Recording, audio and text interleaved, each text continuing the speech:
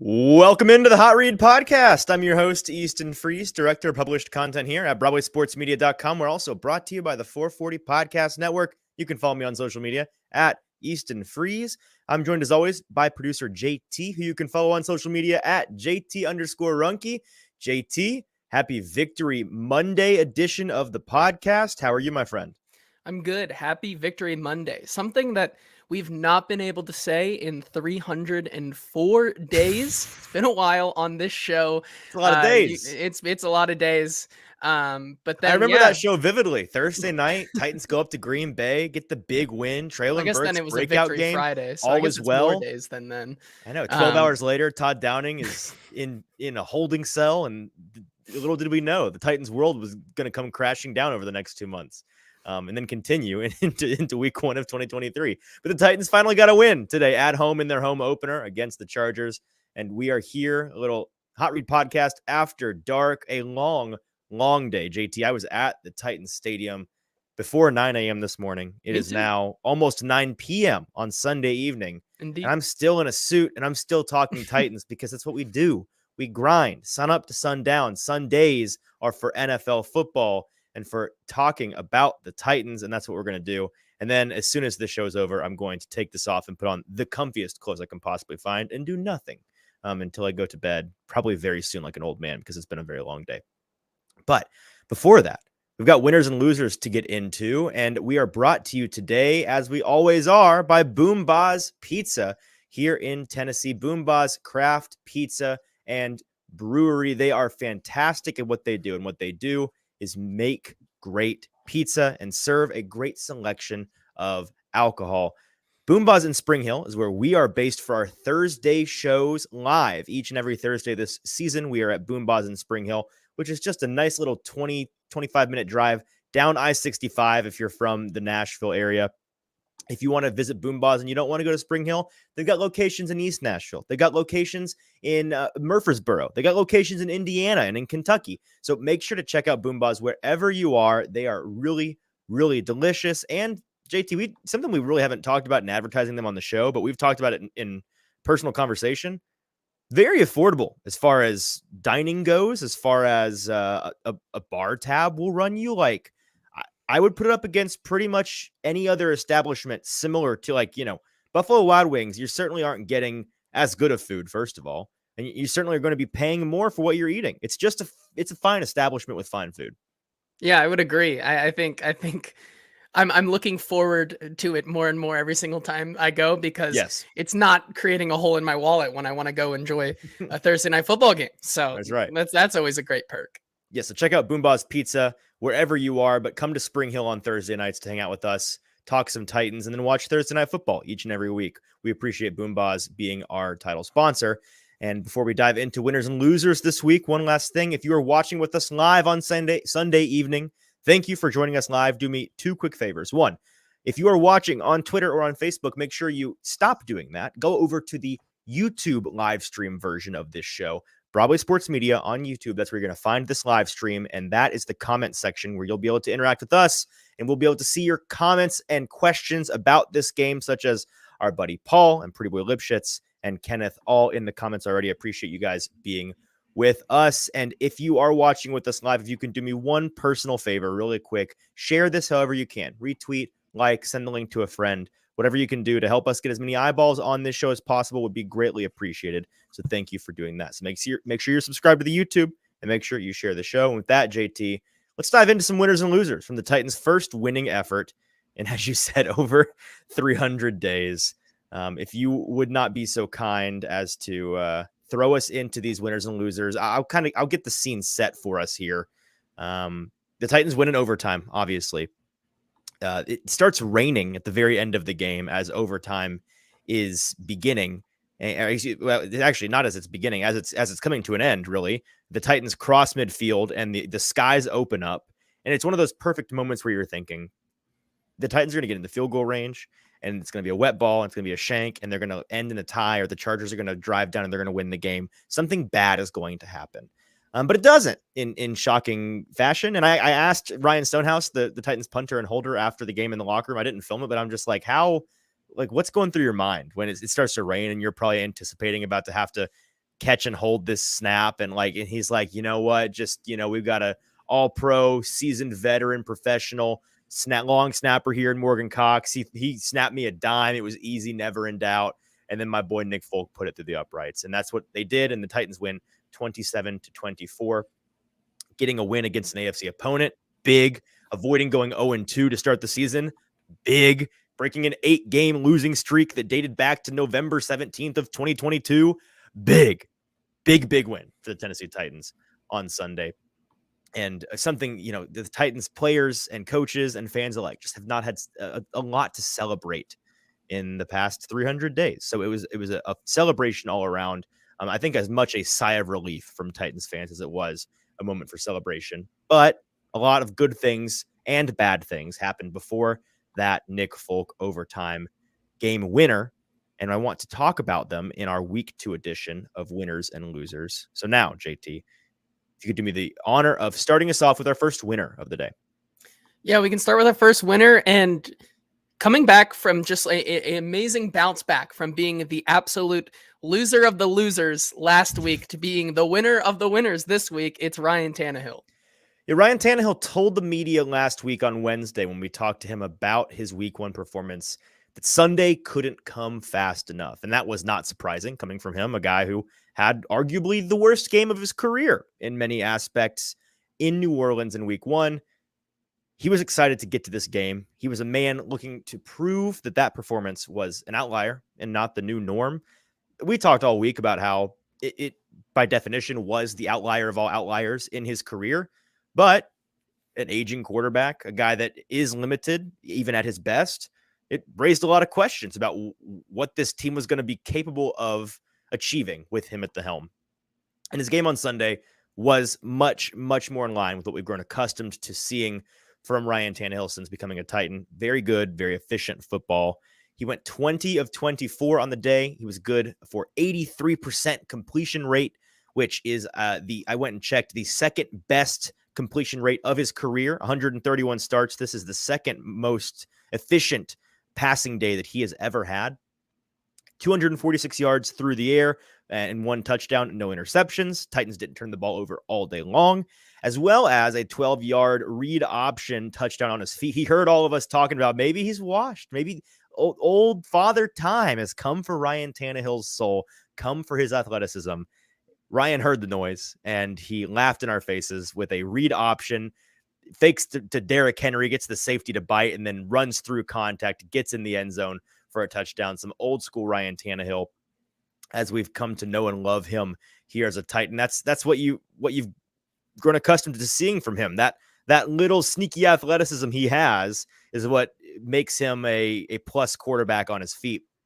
And so we talked to him about his bounce back performance. No clips from the interviews this evening. Just couldn't.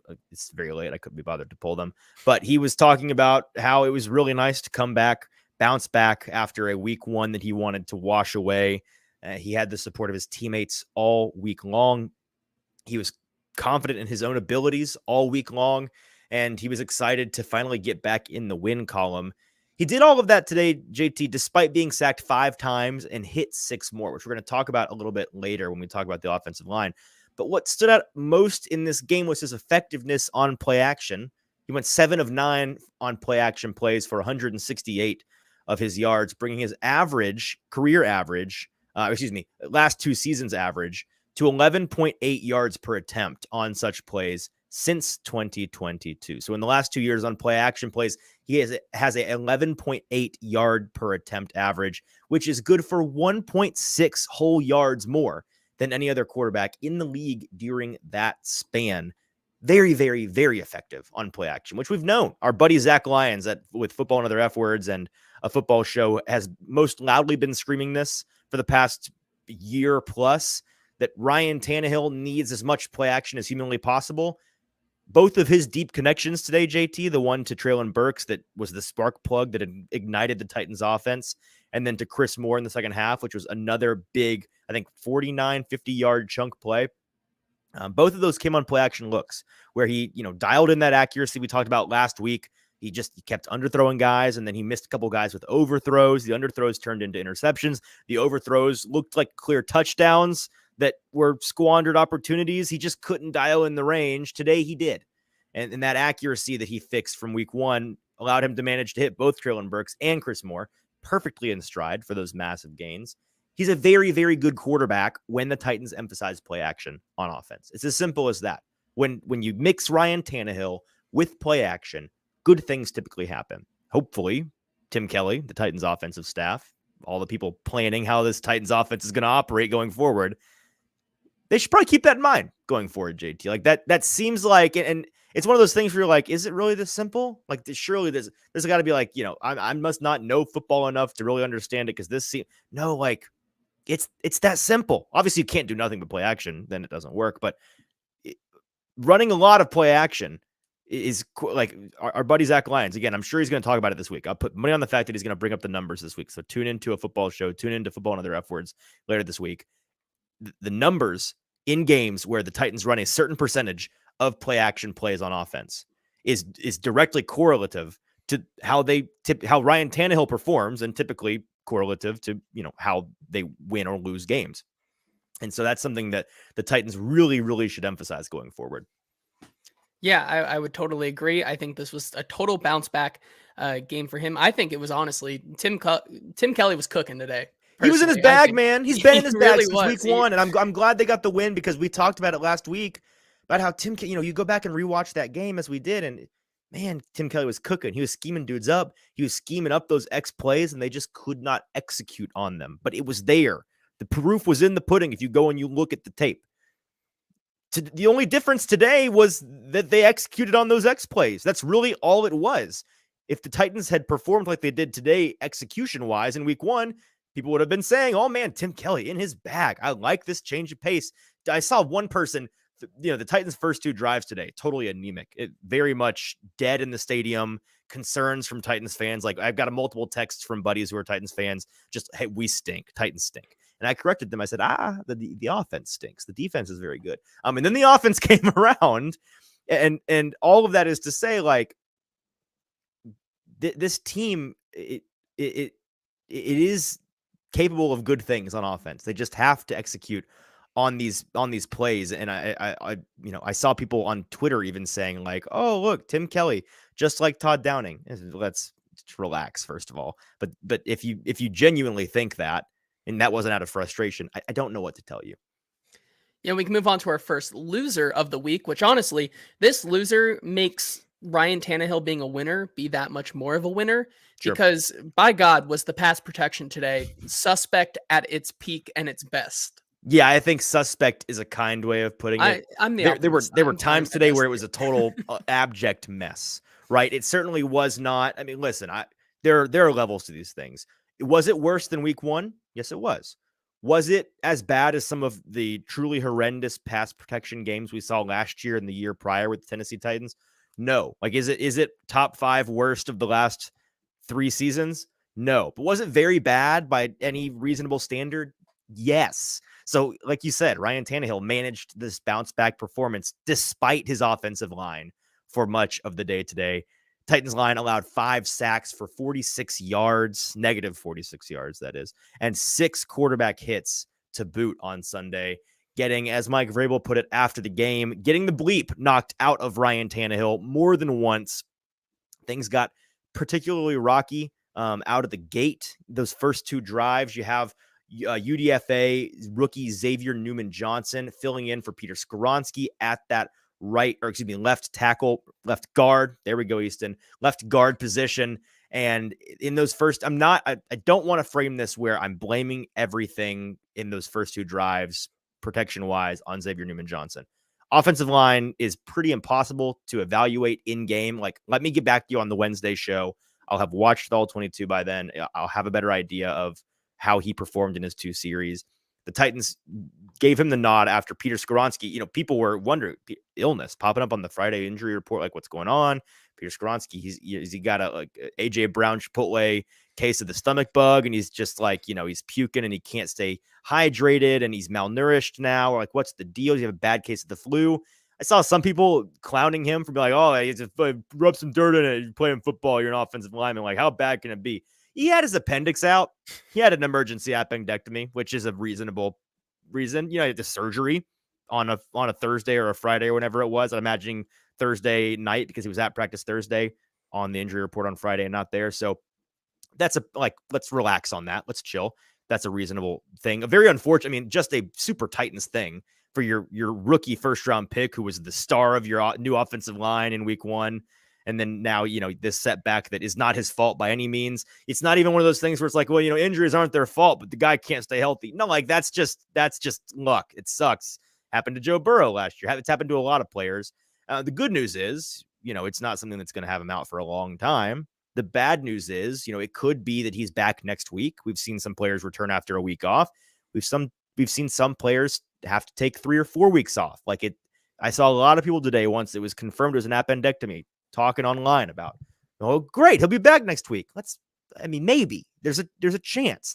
It's a wide-ish range of outcomes here. It could be up to 4 weeks, really, and it could be as little as he is back next Sunday. We'll just have to see. But taking that sidetrack, get back on the rails here. Xavier Newman-Johnson, first 2 drives, things were not great. They were not good in general, but in pass protection in particular. Mike Vrabel decided he'd seen enough, decided to send in the guy that he said on Friday will be playing in this game. We weren't sure whether or not to take that as he'll be active, he'll be, you know, the swing guy, or he'll be starting. He didn't start, but he played the majority of the game, going in, taking over for Xavier Newman-Johnson at that left guard position for the rest of the game. And again, I'm not saying it's all Newman-Johnson's fault that things were bad, and then all Dylan Radin's I'm not saying he's responsible for all of the better things that happened. I need to watch the tape, but there was correlation there. Things started to settle down.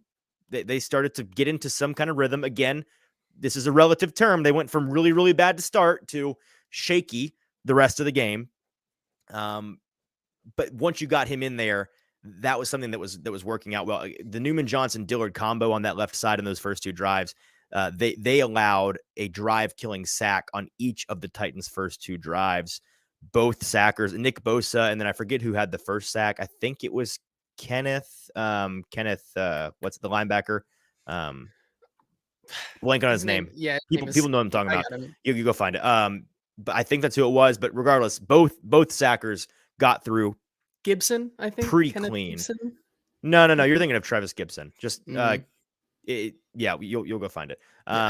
Both sackers got through relatively clean and untouched, and both plays were fellow Kenneth in the chat helping us out with Kenneth Murray. Thank you, Kenneth Murray. And I'm still not even positive he was the first guy that I think so. Either way, again, both guys got through it so quickly, so effectively that both plays were pretty much dead on snap. Like they were, you just didn't match protection. And so neither play had a chance. So you put in Dylan Radins, things get better. And Tannehill, to be fair, was not completely blameless in the number of sacks that were taken. That second one where he backs up closer and closer to the Titans goal line, you're wondering, hey, hang on, safety alert, let's chill, quit backing up. He takes a sack inside the Titans 5 and puts them in a bad punting situation. There was not good protection on that play at all, but also he held onto the ball for far too long on a couple of those. But again, in general, the pass pro simply not good enough. Dylan came in, line settled in, but the improvement, it was not enough to feel particularly comfortable whenever Tennessee tried to drop back and pass the ball. All of that being said, this line, I don't want people to overreact. I don't think this is an overreact spot. It's a very new line. It lacks experience. These guys lack experience with one another. We came into the season knowing this. We knew that this line was going to take time to gel. And you don't gel in 1 week. You don't gel in 2 weeks. You're probably not going to be gelled by week 3 or week 4. Like a lot of times offensive lines take 6 to 8 weeks. It's by midseason. You're like, hey, they're finally finding their stride, stringing a couple of good games together. So until they find that rhythm, things are going to remain shaky on offense. But I do think that patience is warranted.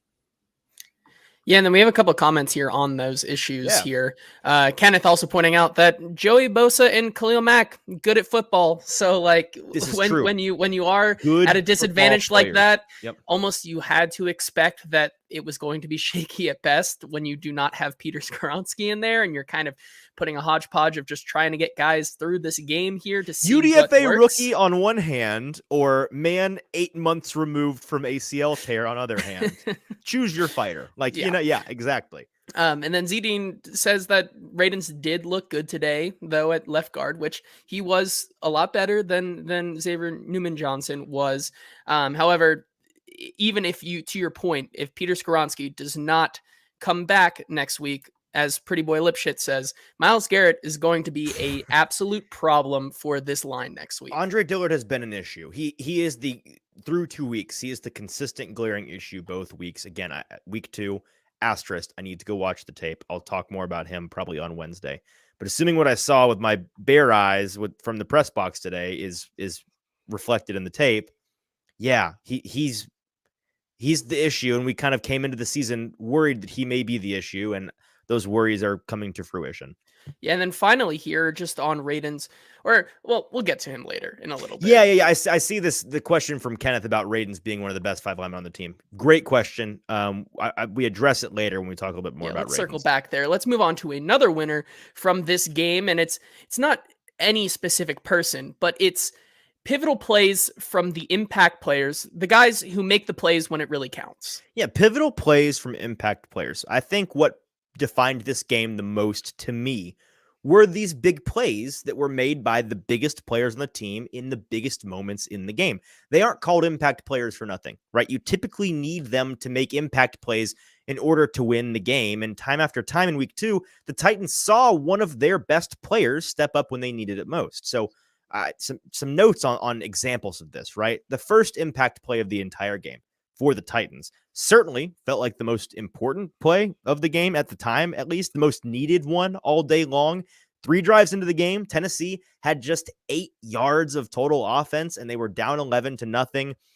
Mike Vrabel said after the game that they were leaking oil and that we needed that play from him. The play in question, a 70-yard bomb on first down, and the player in question, Treylon Burks, right? That 70-yard completion connection between Ryan Tannehill and Treylon Burks was the first life that the Titans had on offense all day long.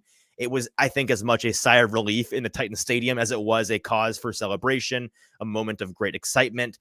That was the spark plug that got Tennessee on the board and back into the game, courtesy of one of their stars, right? And then their other star receiver, DeAndre Hopkins, had a relatively quiet day by box score scouting. If you just look at the box score, you say, hey, 4 receptions on 5 targets for 40 yards for DeAndre Hopkins. That's well below, the Hopkins standard statistically, but it was the way that he was utilized, the significance of the moments in which he contributed that shined so brightly, in my opinion. So twice the Titans faced pivotal third downs, and the man with the surest hands on the team, DeAndre Hopkins, came down with the ball for the first down conversion. Both plays extended drives that resulted in touchdowns. Obviously, they would have resulted differently if he had not made those conversions on such critical downs. And then in overtime, Hopkins comes up big for one final play to get the Titans firmly into field goal range as the rain began to pour. That was that moment where you're like, can they throw the ball? The ball is wet now. Can they kick from distance? It's a wet ball now. It's like things are slippery. Things are made more difficult. This is a problem. And DeAndre Hopkins and his very sure hands say, no, it's not. Let me get you comfortably inside of 45 yards so that you can feel better about making this game-winning kick. And that obviously gets them into range to win the game, and then they do. Those 3 plays arguably would have swung the game if any one of them went differently. Then you look at Ryan Tannehill. Came up big as well, hitting Treylon Burks, Chris Moore, deep downfield on those 2 explosive offensive plays. They capped off both of those drives with a touchdown.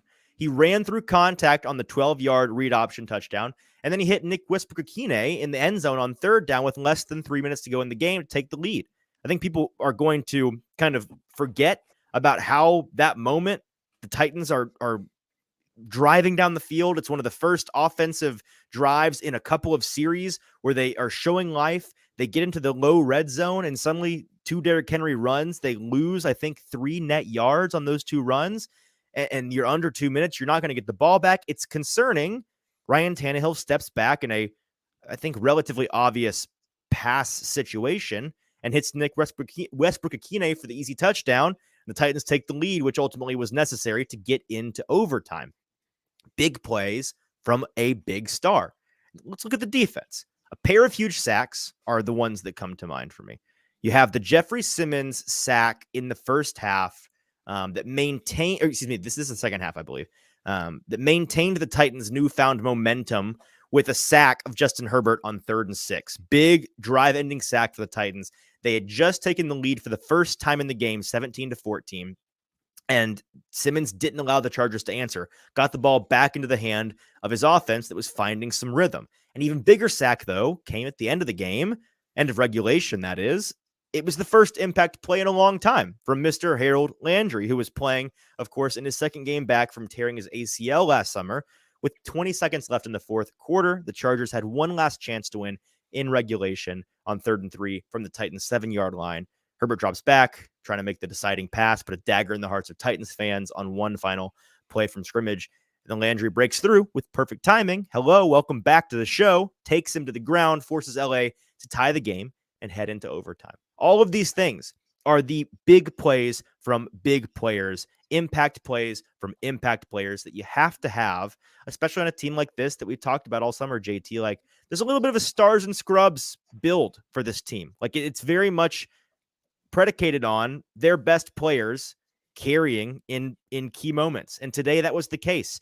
Every single moment, every single nexus moment in this game hinged on the play of a Titan star, and they delivered. So I think that was the defining thing in this game to me. Yeah, and then like you were saying to that point, like stars and scrubs, like the stars did come up, but then also there were a lot of supplemental players who really did make an impact, as Zedine points out. The Chris Moore catch was also huge in that game. Like you pointed out, NWI finding the soft spot there to get the touchdown, which, by the way, maybe can I say real quick on maybe NWI? we all deserve to give NWI an apology. Can we talk about this real quick? Just briefly. I feel like this is the right time to bring this up, JT. I tweeted this out a couple of minutes ago. I'm old enough to remember, JT. I'm guessing you are as well. Some smart people, more than one smart person, just a month ago during Titans training camp, talking about how I don't know. You're calling NWI a lock, Easton? What? Are you sure? Have you seen his contract? Have you heard how he's playing at training camp? Yes, I've seen the contract. Yes, I see him at training camp. He is a lock. The age-old adage, which I repeated multiple times in August. No matter how much you like NWI, the Titans like him twice as much. And through 2 games, apropos of nothing, here's where NWI stands in terms of production for this team. Pulling up the notes here. 10 targets. Second on the team to DeAndre Hopkins. 7 receptions through 2 games. Second on the team to DeAndre Hopkins, and 83 yards on those 7 receptions. Third on the team, just behind DeAndre Hopkins and barely behind Treylon Burks. And people were saying he wouldn't make the 53-man roster. Are you crazy? It was as dumb then as it is now. He's a good wide receiver 3, 4, 5. That's what he's always been. We've always talked about how the triage, forcing him into wide receiver 2, wide receiver 1. Yeah, he's going to suck. Of course. Like, he's got a hard ceiling, but when he's your wide receiver 3, even better wide receiver 4, even better wide receiver 5, you're going to like him there. And the Titans are liking him there. And he's a volume king right now. So lay off my guy NWI, okay? Yeah, my bad. I'll take the L on that one. That's my bad. That's my bad there on that one. I'll put my hand up. All right. Hey, no, we appreciate the accountability. Yeah, of course. We can move on now to another loser here, which I have a feeling is going to be one. It's going to be a very recurring theme this season, yes, but the secondary continues to be a problem. Yeah, the Titan secondary. It's a problem. And I don't want to make this come like I thought the secondary actually on the whole, and this is something that I thought after the game, just trying to check myself, reevaluate, how I felt about the game as a whole.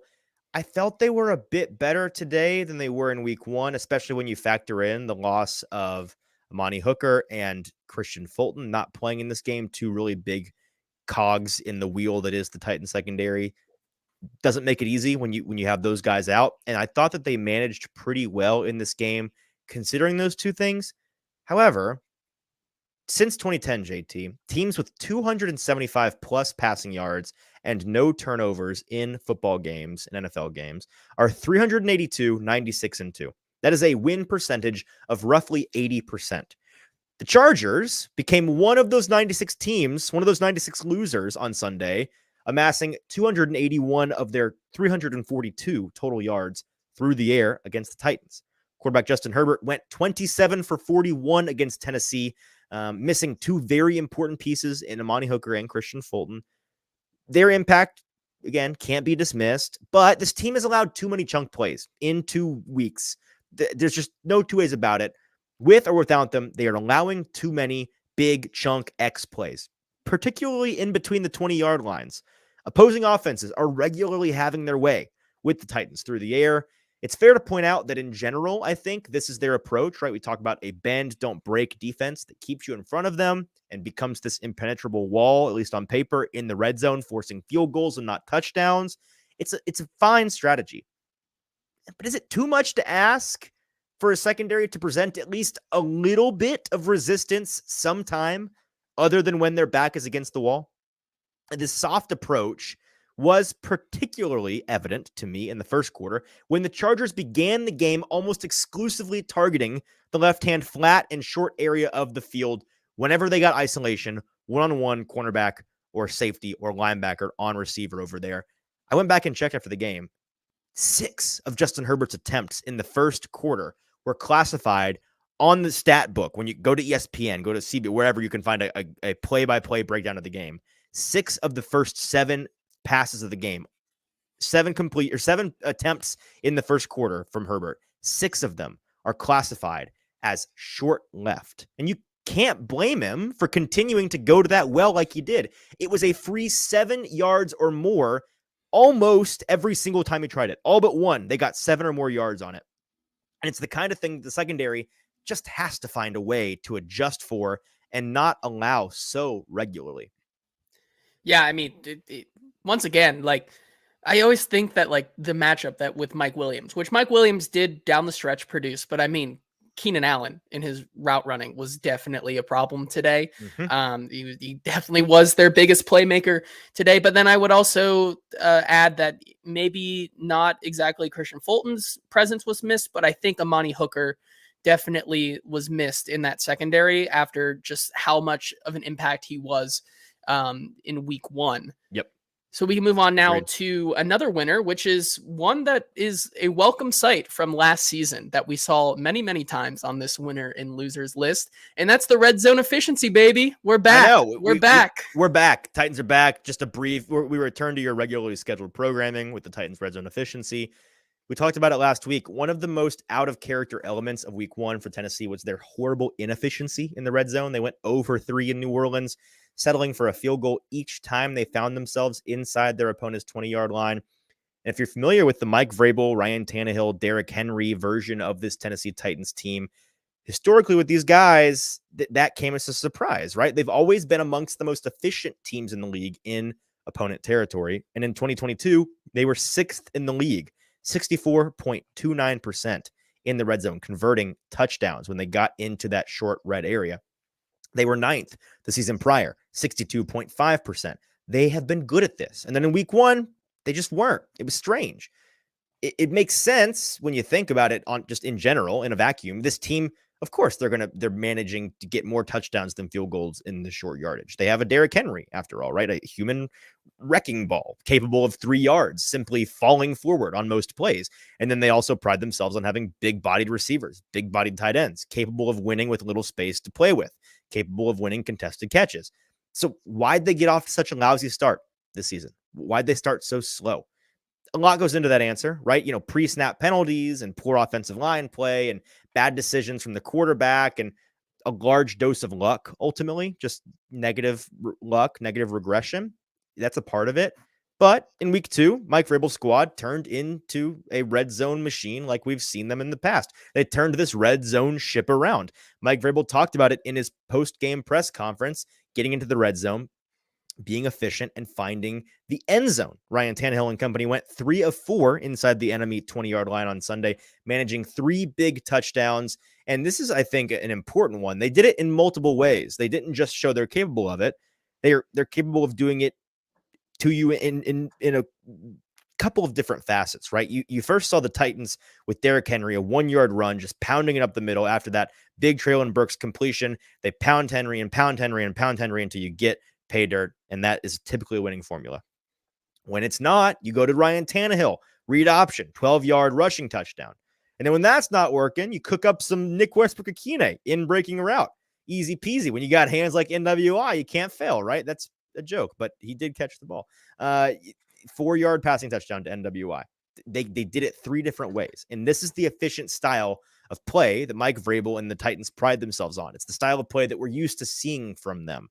So I'd expect today's efficiency to prove to be more of the norm than what we saw in week 1. I think for the rest of the year, they'll be much closer to what we saw today, going 3 or 4, than what they were in week 1, going 0 of 3. I think that was much more of a strange outlier, just considering the totality of this Titans team's history and the way that they play ball. I think when we look back at the end of the season, you look at the efficiency, you're going to look at week 1 and be like, oh yeah, that was weird. What? Oh, that was a strange 0 for 3. They must have been rusty or something. I don't know what was going on. I think that's going to be an outlier when we look back on it.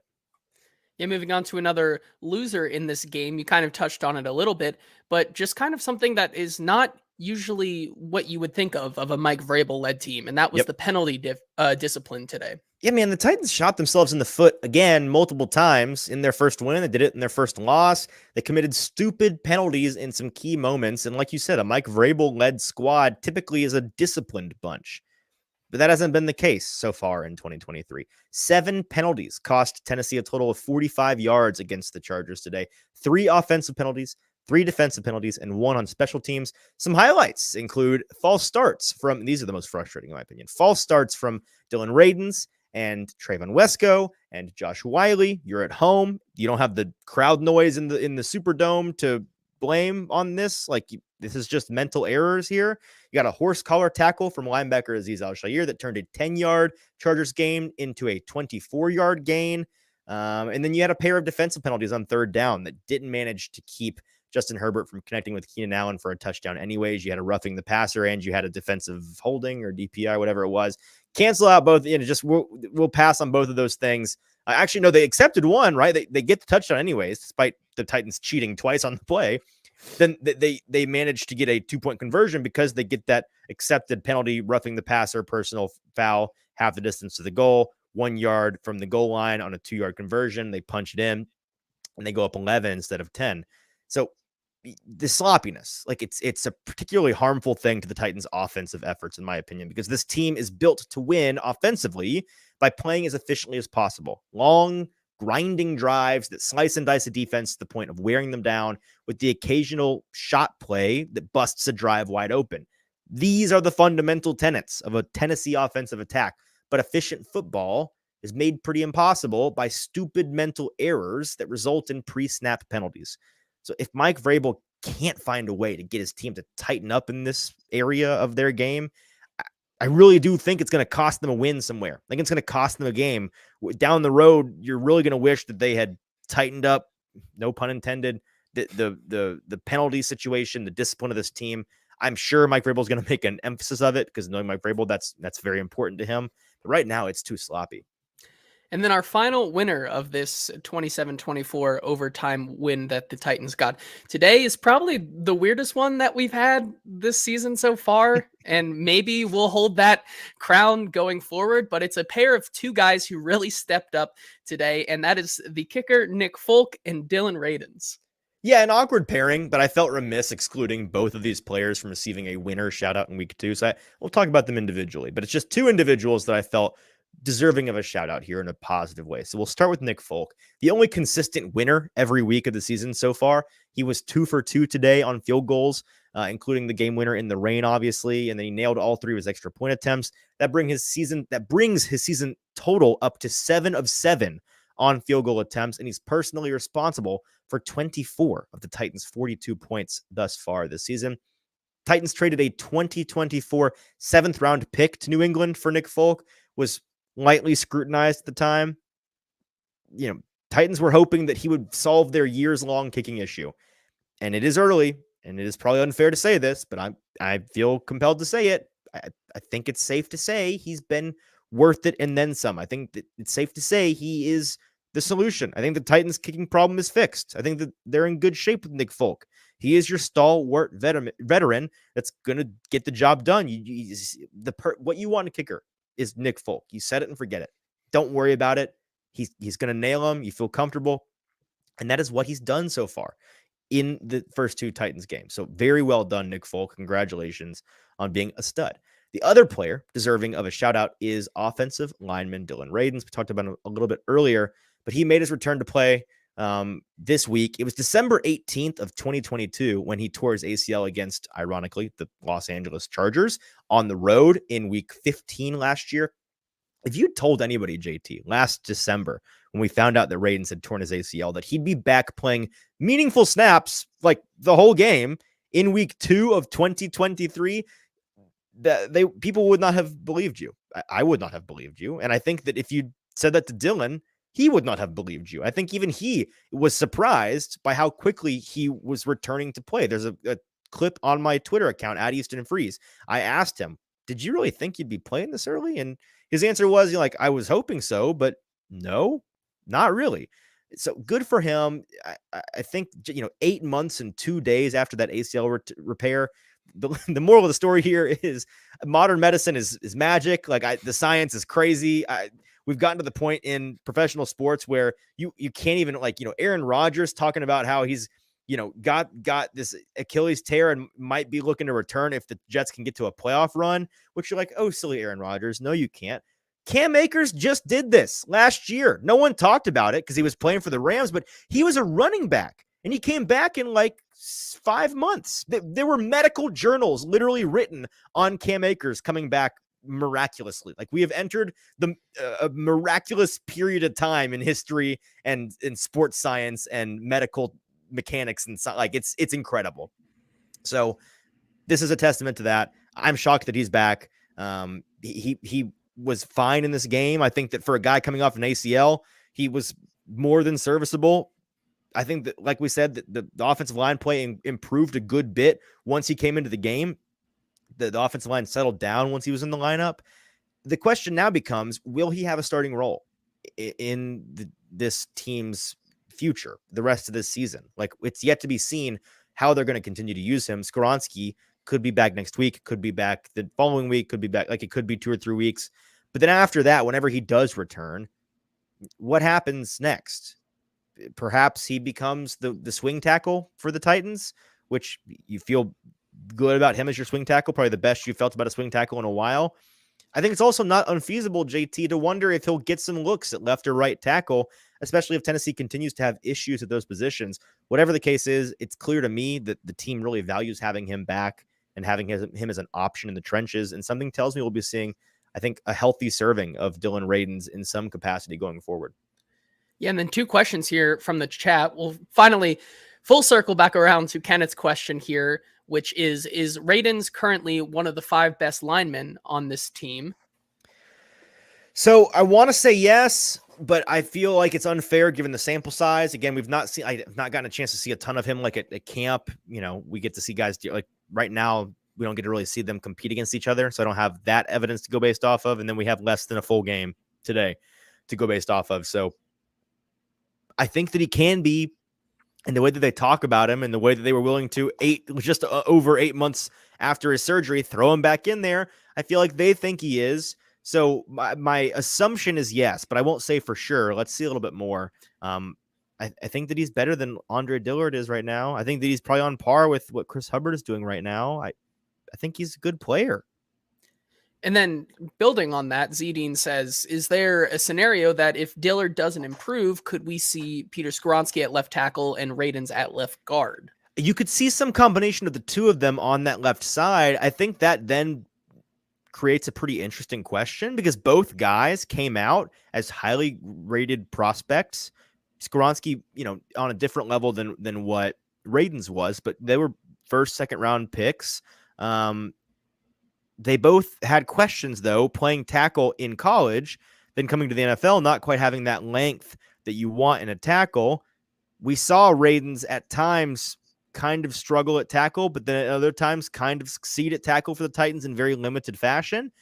With Skoronski, we've not seen that yet. So I would be curious, if you gunned to the head of the Titans organization, you got to play these guys on the left side. Who's the tackle?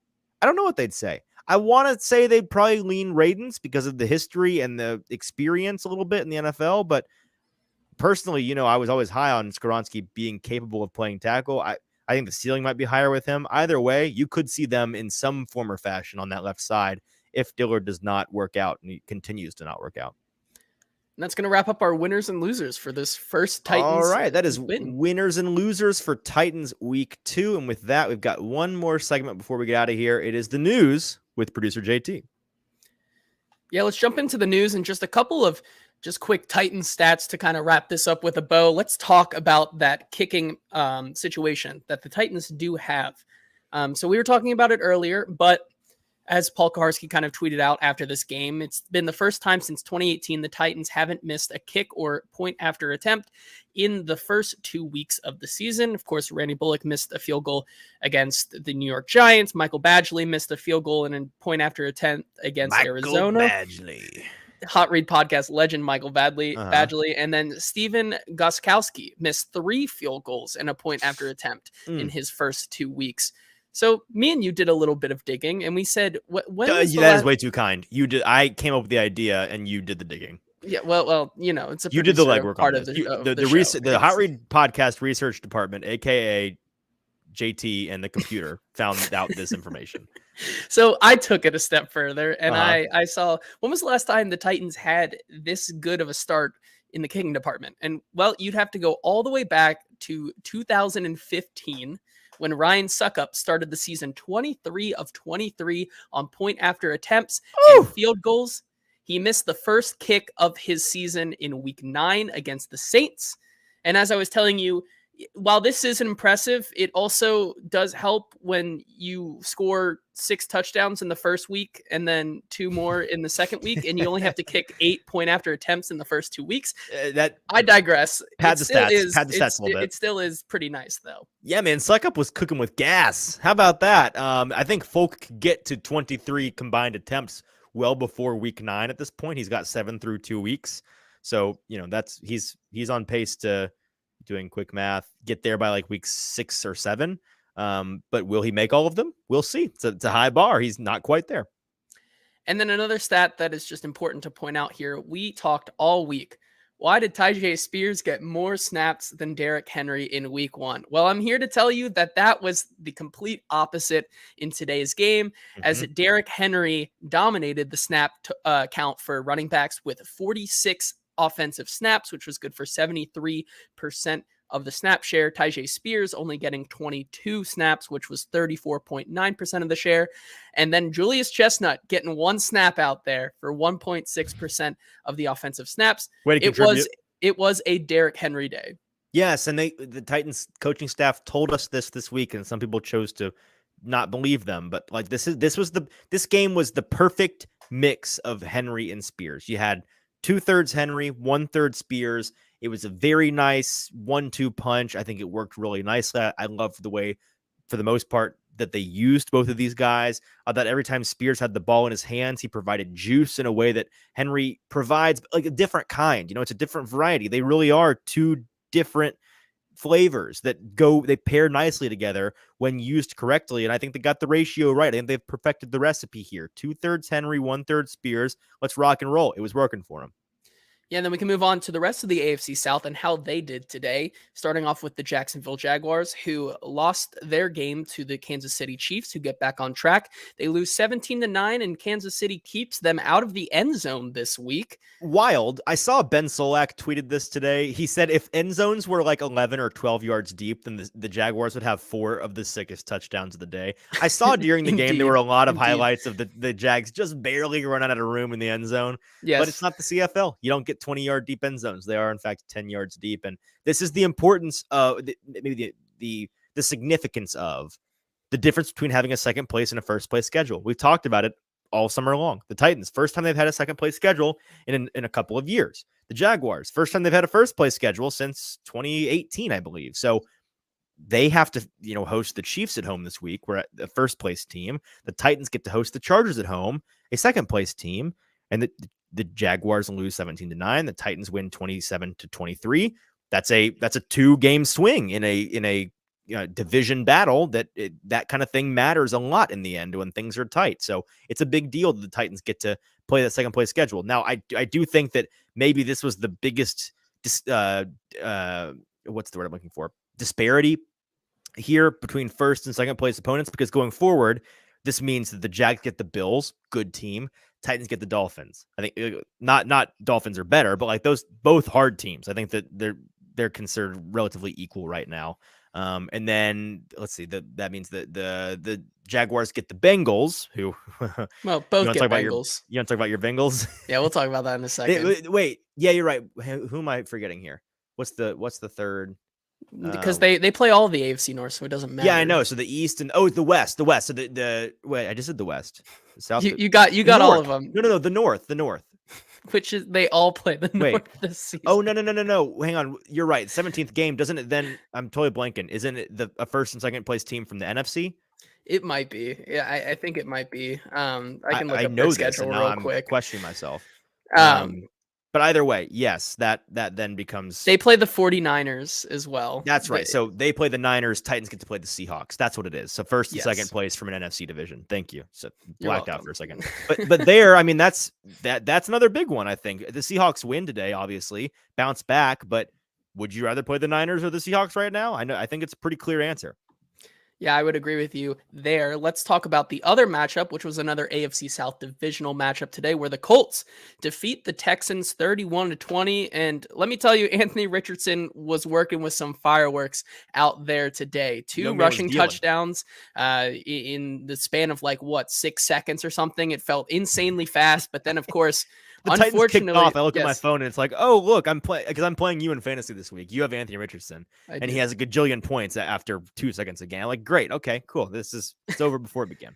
And unfortunately, you're right. It was kind of over before it began for him as well, because he did leave the game with a concussion on his second touchdown run, kind of slammed to the ground a little aggressively, and he hit his head. So he was not able to finish the game, which meant Minshew Mania took back over, and he took the Colts to a resounding lead and kind of just led the rest of the game, which takes the Colts to a 1-1 standing now. By the way, Minshew Mania, a tweet from our buddy Austin Gale over at The Ringer. The top quarterbacks by EPA per dropback thus far in week 2 via True Media are exactly as we all expected. Number 1, Baker Mayfield, dealing down there in Tampa Bay. Number 2, Josh Dobbs, dealing with the Cardinals. 2 very gritty losses so far. Number 3, Minshew Mania, Gardner Minshew himself. The top 3 quarterbacks in the league. I love the NFL. And so if we were going to look at the standings through 2 weeks here, the standings would be the Jags still sit atop because they have the best divisional record, being 1-0. The Colts, I guess, by technicality, edge out the Titans because they've played 2 games and gone 1-1, and because they've both been divisional games. Right. Then Titans 1-1 and the Texans 0-2. So it'll be interesting going forward as the Colts have now split one, and the Jags take a very important loss against the AFC West. Yep. We can move on. Yeah, we can move on now to just around the NFL. Some news and notes here around the NFL. Let's just start with the Giants and how I just have to point out they finally scored some points. They won their game today. They did. They went into halftime. I picked them in our survivor pool, and I was not worried even a little bit at all once, even a single time. At no point during the day was I worried. I all along knew that they would win that game, and so good for me that I got the Giants. Guess what? Jokes on everybody else. I got the Giants out of the way. You guys have to pick the Giants again at some point this season. I'm done with them. Thank God. Well, the Giants did go into halftime with a negative 60-point differential on the season. But they came out just absolutely swinging in the second half, overcoming a 21-point deficit to beat the Cardinals. Vols legend Josh Dobbs looked really good in the first half. Definitely thought that he was maybe playing them out of the Caleb Williams, Marvin Harrison Jr. sweepstakes early in the season. He was very much trying, but fell apart in the second half. So the Giants get their first win, and they need it's a much needed win in that NFC East. No kidding. Yeah, no kidding. Then we can move on to, as you said, Yes, let's talk about the Bengals. Let's talk about the Bengals. As they start 0-2 for the second straight year. Not just that, but Joe Burrow on the last touchdown pass of his day to T. Higgins re-injures his calf again. I'm gonna be honest, it's not looking good for the Bengals. It's not. It's not. Titans fans, imagine you lost today's game, right? You're 0-2. Then imagine your quarterback wasn't Ryan Tannehill, but it was a guy you just paid a gajillion, billion, trillion dollars. How would you feel today? Just imagine the SpongeBob meme where it's like inside his mind and it's all the SpongeBob clones and they're throwing papers around the office and the place is on fire. That's what I'm imagining Bengals country is like right now. It's a little bit like that. Yeah. Can't be good. That being said, am I confident that the Bengals are bad? Like, no, I think that I felt like this last year, not to this extent, but didn't the Bengals start 0-2 or 1-1 last year? Yes, they started 0-2. Yeah, it's like, oh, they don't look very good, and then the more important thing is that championship game. Yeah, they have now dropped 2 divisional games, so they already start with an 0-2 divisional. And in that division, that's a big deal. Yeah, it is a big deal, but they'll look to get back on track on Monday Night Football next week against an LA team that kind of looks decent, like the Rams. That is the right? Rams. Yes, yeah. They play Matt the Stafford, Rams with not dead, dealing. Puka Nacua Rookie of the Year campaign is alive and well. Yeah, through, it is through 2 weeks of the season. Which, by the way, I saw he's on track for like 212 receptions on the season. That's a real number. Which yes, he has 35 receptions, or no, he has 35 targets through 2 games. And currently, currently the leaders in targets go number 1, Puka Nacua, number 2, Justin Jefferson, and then in receiving yards, number 1, Justin Jefferson, number 2, Puka Nacua. The 2 best receivers in the league. Right. Yes, that makes sense. Checks out. Exactly how that looks. I digress. Let's move on to probably the most important part of the show right now. Is the best bet gauntlet. We have to talk about how we did this week. Once again, we're in week 2 of this little competition between me and you in our second season here. And let's talk about how we did today. Of course, I'll start with me, and I'm just going to brag. I'm doing great right now. I'm 4-0 on the day, awaiting the Miami Dolphins and New England Patriots game. If the Dolphins can win by a field goal, I will go for a perfect 5-0 today. Big. However, big for the show, big for the culture. Big for the culture. However, Easton, with a 2-3 day today, which honestly, not your fault. It was a really bad beat. It's a tough it was 2-3. It was a tough 2-3. I mean, I texted you at one point this afternoon, and we agreed like the margin between me having a 4-1 day and a 2-3 day was razor thin, and the 2 afternoon games really did me dirty. I had to call an audible on that Texans bet because of everybody getting hurt. Great pick on your great number on your part with the Colts there, getting them as an underdog in that game when they closed over a point favorite, I believe. So a lot of closing line value for you. I called an audible, went with the Giants -4. Thought they'd win that game by a touchdown. They won by a field goal, unfortunately. So it came a point short there. And then the Broncos were up by 18 in the second half at one point. And then they lose. Total catastrophe, total disaster from Russ and Sean Payton. And they lose to the Commanders at home, which is brutal. And I had them winning by a touchdown, and they were winning by 18 points in the second half, and they just fell apart. So 2 really, really tough beats. Truly the only bad bet on my part this week was trusting that Zach Wilson-led Jets offense. I thought that their defense would be able to hold the Cowboys to much fewer points, but the Cowboys offense is rolling right now, and that Jets defense, as good as it is, you can't hold on your own all game long. There's just the offense has to do something, and the offense did nothing. So a tough 2-3. I'm at 6-6 on the season.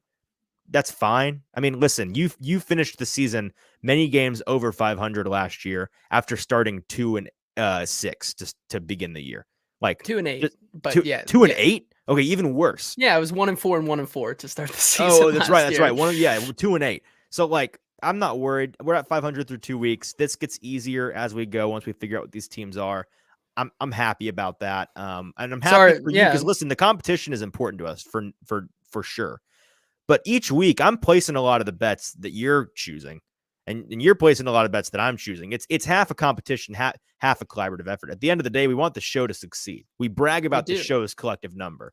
And JT, I appreciate you carrying the show today. Of course. I promise to get you back eventually.